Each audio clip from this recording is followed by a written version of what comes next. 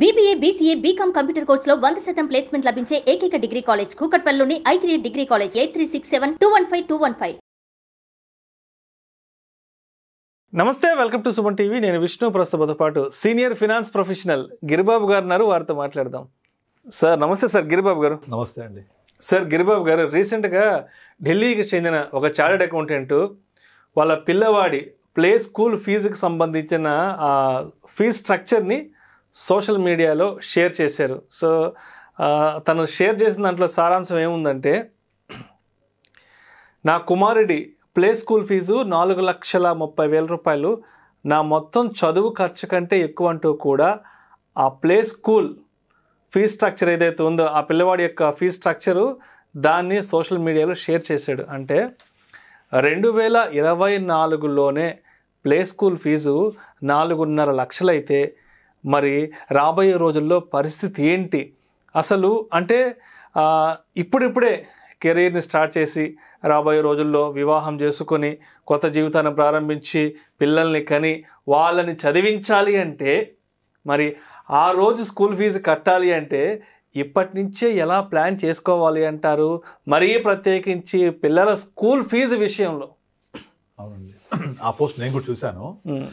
దాదాపుగా మనము financial planning గురించి మాట్లాడేటప్పుడు మీ గోల్స్ ఏంటి, నీడ్స్ ఏంటి అని మాట్లాడితే అందులో ఫస్ట్ అండ్ ఫార్మోస్ట్ వచ్చేది ఏంటంటే పిల్లల ఎడ్యుకేషన్, పిల్లల మ్యారేజ్, దీని తర్వాతే ఇల్లు, కారు, వెకేషన్, రిటైర్మెంట్ వస్తాయి. First is education. మీకు గుర్తుందా, మీరు స్కూల్లో 20-25 ఏళ్ల క్రితము ఎవరైనా విద్యార్థి అడ్మిషన్ తీసుకునేప్పుడు అడ్మిషన్ ఫామ్ లో తండ్రి యొక్క వార్షిక ఆదాయం అంటే ఎంత రాసేవాళ్ళు మీరు? అప్రాక్సిమేట్ గా ఒక 35 నుంచి 40,000 రాసి మీరు అంటుంటే గుర్తొస్తుంది. సంవత్సరం వార్షిక ఆదాయం నేను 24,000 per annum రాసేవాళ్ళం. పెద్ద ఆశ్చర్యపోయేవాళ్ళు కాదు. అంటే ఎంత నెల ఆదాయం? 2,000 రూపాయలు. ఇంకో ఎగ్జాంపుల్ చెప్తా. ఒక 20-22 సంవత్సరాల క్రితం, 20 సంవత్సరాల క్రితం ఎవరైనా ఒక పెళ్లి సంబంధానికి వెళ్తే, ఒక పెళ్లి సంబంధంలో అబ్బాయి వరుడు గురించి, బాబు నీ జీతం ఎంత అంటే, ఆ అబ్బాయి గనక నాకు 1,20,000 రూపాయలు జీతం అంటే ఒక పిల్లల చేత ఏమనుకుంటాడు? ఆ 1,20,000 అనేది సంవత్సరానికి సంవత్సరాదాయం అప్పట్లో అనుకుంటాడు. ఆశ్చర్యపోడు. అదే ఈ రోజు సేమ్ పెళ్లి సంబంధానికి వెళ్ళి నీ జీతం ఎంత అంటే సేమ్ 1,20,000 చెప్తే ఎంత అనుకుంటారు? అది పర్ మంత్ అనుకుంటారు, నెలకు అనుకుంటారు. ఇప్పుడు నెలకు అనుకుంటారు, ఆశ్చర్యపోరు. సేమ్ 1,20,000. 20 ఏళ్ల క్రితం కూడా 1,20,000 అంటే అప్పుడు ఆశ్చర్యపోరు, సంవత్సరానికి అనుకుంటారు. అంటే 20 ఏళ్లలో జరిగిన మార్పు ఇది. 20 ఏళ్ల క్రితము 1,20,000 సంవత్సర ఆదాయం అయితే, అది మన పేరెంట్స్, మనం ఇంకొక 15-20 ఏళ్ల క్రితము సంవత్సర ఆదాయం 20,000, 25,000, 30,000 నుంచి అది 2005-6 టైం వరకు 1,20,000కి వస్తే ఇవాళ ఆ 1,20,000 నెల జీతం అయింది. ఒకప్పటి సంవత్సర ఆదాయం ఇప్పుడు నెల జీతం. ఎగ్జాక్ట్లీ. ఇప్పుడు 1,20,000 రూపాయలు, 1,20,000 జీతం అంటే ఒక 20 ఏళ్ల క్రితం అబ్బా నాకు గనక 1,20,000 వస్తే అలా ఉంటాను, ఇలా ఉంటాను, ఇలా చేస్తాను, ఎన్నో ప్లాన్స్ చేస్తాం. కానీ ఈరోజు పాసిబులా? 1,20,000 అంటే పెద్ద అతిశయోక్తి శాలరీ ఏం కాదు, వావ్ శాలరీ ఏం కాదు. సేమ్ సిచ్యువేషన్ నెక్స్ట్ 10-15 ఇయర్స్ తర్వాత మళ్ళీ శాలరీ ఎంత అంటే 4.5 lakh 5 lakhs అని మంత్లీ చెప్తే ఎవరు ఆశ్చర్యపోరు. అయితే ఇక్కడ మీరు గమనించాల్సింది ఏంటంటే 1960s 70s నుంచి అరౌండ్ 2000 వరకు పెరిగిన పెరుగుదల చూసుకుంటే దాంతో కంపేర్ చేస్తే ఈ గత 2 decades లో పెరిగిన పెరుగుదల చాలా ఎక్కువ ఉంది. మీరు 1960s 70s లో ఆదాయం అంతా 100లో ఉండేది, అది కాస్త 2000 సంవత్సరం వచ్చేప్పటికి వేలలోకి వచ్చింది. కానీ ఇప్పుడు 2000 నుంచి 2025 వరకు, 24 వరకు, అంటే గత 20-24 years లో ఆదాయం అంతా కూడా వేల నుంచి లక్షలు, కోట్లకి వెళ్ళిపోయింది. ఇదంతా మన కళ్ళ ముందు జరుగుతున్న మార్పులే, అవునా కదా?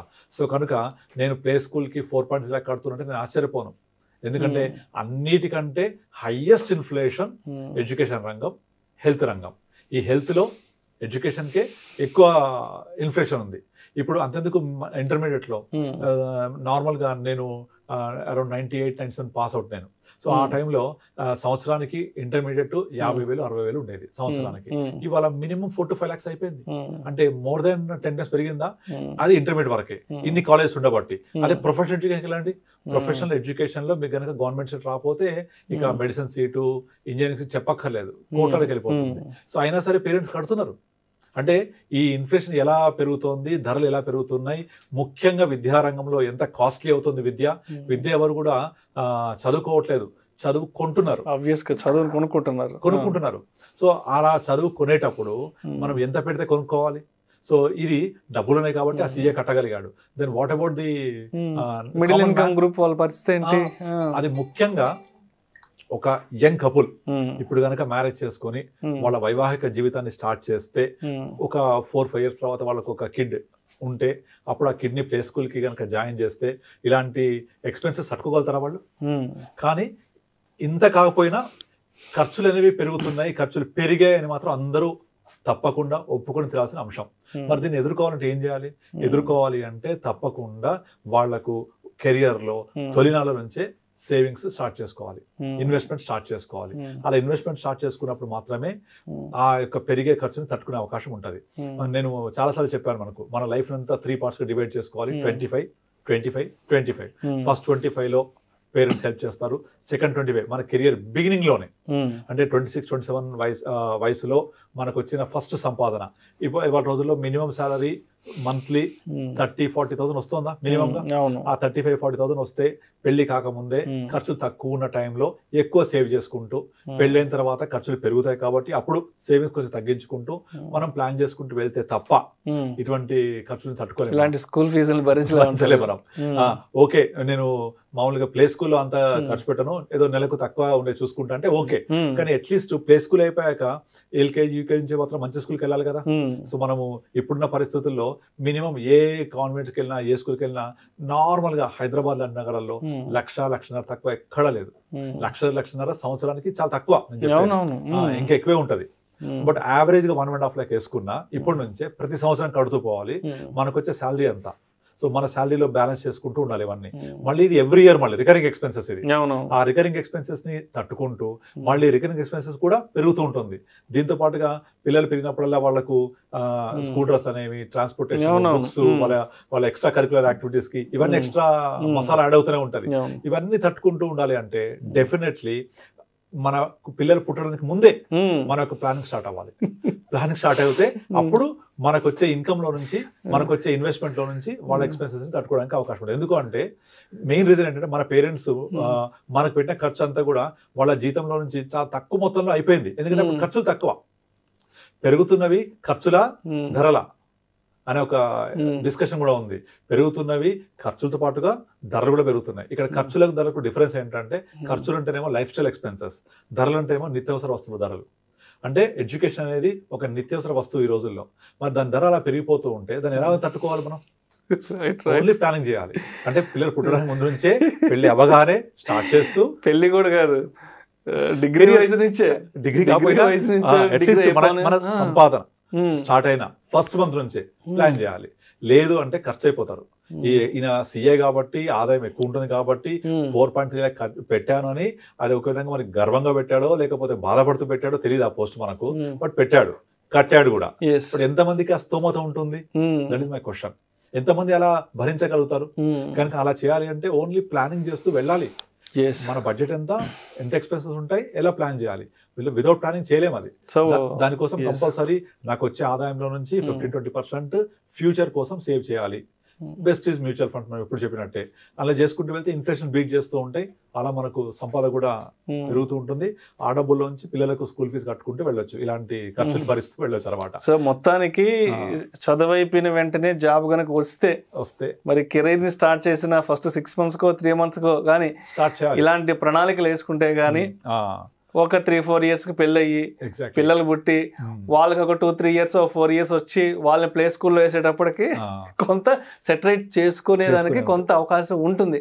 ఎందుకంటే నా దగ్గరకు వచ్చేవాళ్ళు చాలా మంది చూస్తుంటారు కదా, వాళ్ళు మెయిన్ గా చెప్పే కంప్లైంట్ ఇది, నేను నా కెరియర్ బిగిన్ లో స్టార్ట్ చేస్తే బాగుండేది, ఇప్పుడు పెళ్ళైన తర్వాత సరిపోవట్టే డబ్బులు, ఇద్దరం సంపాదించినా కూడా ఖర్చులు పెరిగిపోతున్నాయి, మాకు ఇల్లు కూడా కావాలి కదా, ఈఎంఐ యాడ్ అవుతుంది కదా, ఈఎంఐ యాడ్ అవ్వాలి, కార్ కావాలి కదా, కార్కి ఈఎంఐ యాడ్ అవుతుంది కదా, ఇలా చెప్తుంటారు నాకు వాళ్ళు. మరి education is also basic need కదా, ఇంపార్టెంట్ కదా. మనం పిల్లలకి ఇచ్చే ఓన్లీ ఆస్తి ఎడ్యుకేషనే. దాన్ని ఇంత పెరిగిపోతున్న ఖర్చుల్ని తట్టుకోవాలి అంటే ప్లానింగ్ ముందు నుంచే ఉండాలి. That is what I'm saying. ఆ ప్లానింగ్ ఉంటేనే మనం చేయగలము. ఇప్పుడు తీరా పిల్లలు పుట్టిన తర్వాత నాకు ఇల్లు కావాలి, కారు కావాలి, ఎడ్యుకేషన్ కి ఎక్స్పెన్స్ కావాలంటే తట్టుకోలేరు ఆ ఎక్స్పెన్సెస్. అండ్ ఇంకొకటి, ఈ ధరల పెరుగుదల అనేది కూడా గత 30-40 ఇయర్స్ క్రితము ఎలా పెరిగిందో కంపేర్ చేసుకుంటే ఈ లాస్ట్ 1.5 decade లో చాలా ఎక్కువ పెరిగింది. ఇది ఇంకా ఎక్కువ పెరగబోతుంది రాబోయే 10 సంవత్సరాలలో. కారణం ఏంటంటే ఇప్పుడు ఇండియా ఎప్పుడైతే గ్రో అవుతుందో, ఆదాయం పెరుగుతుందో, ఆటోమేటిక్ గా వాంట్స్ కూడా పెరిగిపోతుంటాయి, నీడ్స్ పెరిగిపోతూ ఉంటాయి. సో పెరిగినప్పుడు ఆటోమేటిక్ గా లైఫ్ స్టైల్ ఎక్స్పెన్స్ పెరిగిపోతూ ఉంటాయి. వాటన్నిటి చట్టంలో పడి సో ఇట్లాంటి ప్లే స్కూల్స్ వాళ్ళు అట్రాక్ట్ చేస్తూ, అరే మా పిల్లల్ని ఇక్కడ చదివించకపోతే మేము తక్కువైపోతామేమో సొసైటీలో, అంతా ఇది లిమిటేషన్ మొత్తం. సో అట్లా కూడా ఖర్చు పెరిగిపోతూ ఉంటాయి. సో నా స్తోమత బట్టి కాదు, పక్కోడు ఎక్కడ చదివిస్తున్నాడు, నేను ఎక్కడ చదివిస్తున్నా, నా స్తోమత ఎలా ఉండాలి, సో నేను ఎలా ఉండాలి, ఇలా కంపారిజన్స్ అలా ఖర్చు అయిపోతూ ఉంటారు. సో అట్లా కాకుండా ప్లానింగ్ చేస్తూ వెళ్ళాలి. వెళ్తేప్పుడు ఇటువంటి ప్రాబ్లమ్స్ ఉండవు. Thank you so much Giribabu గారు. థ్యాంక్ యూ అండి. సుమన్ టీవీలో మీ పర్సనల్ అండ్ బిజినెస్ ప్రమోషన్స్ కోసం కింది నెంబర్కి కాంటాక్ట్ చేయండి.